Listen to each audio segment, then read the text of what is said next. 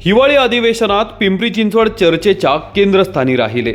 महापालिकेतील कथित हस्तांतरित विकास हक्क अर्थात TDR घोटाळ्यासह काँग्रेसच्या प्रदेश नेतृत्वाने महापालिका भ्रष्टाचारात क्रमांक 1 वर असून यामध्ये आयुक्तांची महत्त्वाची भूमिका असल्याचा हल्ला करत अप्रत्यक्षपणे पुण्याचे पालकमंत्री असलेले उपमुख्यमंत्री अजित पवार यांना लक्ष्य केले। तर अजित पवार सत्तेत सहभागी झाल्यापासून अस्वस्थ असलेल्या भाजपच्या तिन्ही आमदारांनी प्रलंबित प्रश्नांसह नागरी समस्यांवर आक्रमक भूमिका घेत अस्वस्थतेला मोकळी वाट करून दिली। त्याचवेळी अजित पवार गटाचे एकमेव आमदार अण्णा बनसोडे हे मौन धारण करून बसले होते। भाजपचे महेश लांडगे यांचा कामकाजातील सहभाग ठळकपणे दिसला। आमदार अश्विनी जगताप यांनी पुनावळे कचरा डेपोवर निकाल घेतला। विधान परिषदेत उमा खापरे यांचेही अस्तित्व दिसले। पिंपरी राखीवचे राष्ट्रवादी काँग्रेसचे आमदार बनसोडे दोनही आठवडे एका शब्दाने बोलले नाहीत। तिकडे संसदेत मावळ लोकसभेचे शिवसेना शिंदे गटाचे खासदार श्रीरंग बारणे हे पीठासीन अधिकारी म्हणून नियुक्त होतात। शरद पवार गटाचे शिरूर लोकसभा मतदारसंघाचे खासदार डॉक्टर अमोल कोल्हे संसदेत अभ्यासपूर्ण भाषणे करतात, नेहमी चर्चेत राहतात। भाजपचे तीनही आमदार काम करताना दिसतात। मात्र तुलनेत अजितदादांच्या राष्ट्रवादीचे 2 टर्म आमदार असूनही चकार शब्द सभागृहात बोलत नसलेले आमदार बनसोडे हे निष्क्रिय ठरतात। पिंपरी चिंचवड शहर उपमुख्यमंत्री अजित पवार यांचा बालेकिल्ला मानला जातो। दादांचे कट्टर समर्थक अशी आमदार बनसोडे यांची ओळख आहे।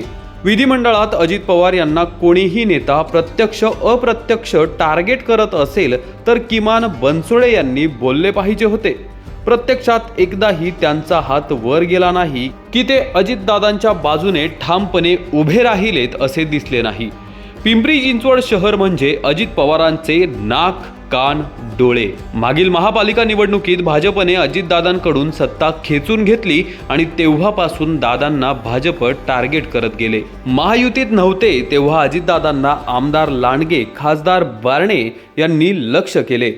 पुन्हा एकदा महापालिकेतील कारभारात पालकमंत्री अजित पवार यांचाच शब्द अंतिम मानला जाऊ लागला आहे। त्यामुळे भाजप आमदारांमध्ये अस्वस्थता निर्माण होणे साहजिकच होते। परिणामी विविध प्रश्न विचारत प्रशासनाला अडचणीत टाकून भाजप आमदारांनी अधिवेशनात अस्वस्थतेला मोकळी वाट करून दिल्याची चर्चा आहे। आमदार महेश लांडगे अश्विनी जगताप यांनी अधिवेशनात मोठ्या प्रमाणात प्रश्न उपस्थित केले। जगताप यांनी राज्य सरकार आणि महापालिका प्रशासन अडचणीत येईल असे काही प्रश्न उपस्थित केले।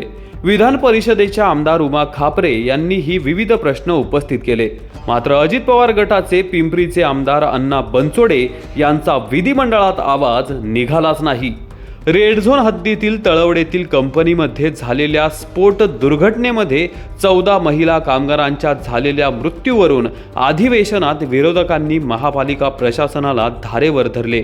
शहरातून वाहणाऱ्या पवना, इंद्रायणी, मुळा या नद्यांची अवस्था गटार गंगेसारखी झाली। नद्यांचे वाढते प्रदूषण, पुनावळे येथील कचराभूमी प्रकल्प, रेड झोन हद्दीतील अनधिकृत बांधकामे, मोशीतील महापालिकेचे खेळाचे मैदान एका खाजगी संस्थेला घोडेस्वारीसाठी मोफत दिल्याच्या विषयांवर अधिवेशनात जोरदार चर्चा झाली। याशिवाय महापालिका अधिकाऱ्यांसाठी भ्रष्टाचाराचे कुरण ठरलेले आणि सुशोभीकरणाच्या नावाखाली 7.5 वर्षांपासून बंद असलेल्या चिंचवड येथील बहिणाबाई प्राणी संग्रहालयावर देखील चर्चा झाली। महापालिकेने आतापर्यंत 19 कोटींचा चुराडा केल्यानंतर राज्य शासनाने प्राणी संग्रहालयाचा कारभार वन विकास महामंडळाकडे देण्याचा निर्णय घेतला।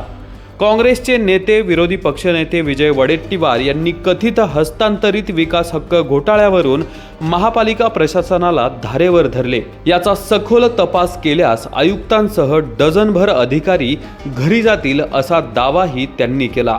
महाराष्ट्र भ्रष्टाचारात जसा पहिल्या क्रमांकावर आला आहे त्याच पद्धतीने पिंपरी चिंचवड महापालिका भ्रष्टाचारामध्ये क्रमांक 1 वर आहे। यामध्ये आयुक्तांची महत्त्वाची भूमिका असून महापालिका भ्रष्टाचाराचे केंद्र बनल्याचा आरोप काँग्रेस प्रदेशाध्यक्ष नाना पटोले यांनी केला। थेट विधिमंडळात महापालिकेतील भ्रष्टाचाराचे वाभाडे निघाल्याने राज्यभरात शहराची मात्र नाचक्की झाली।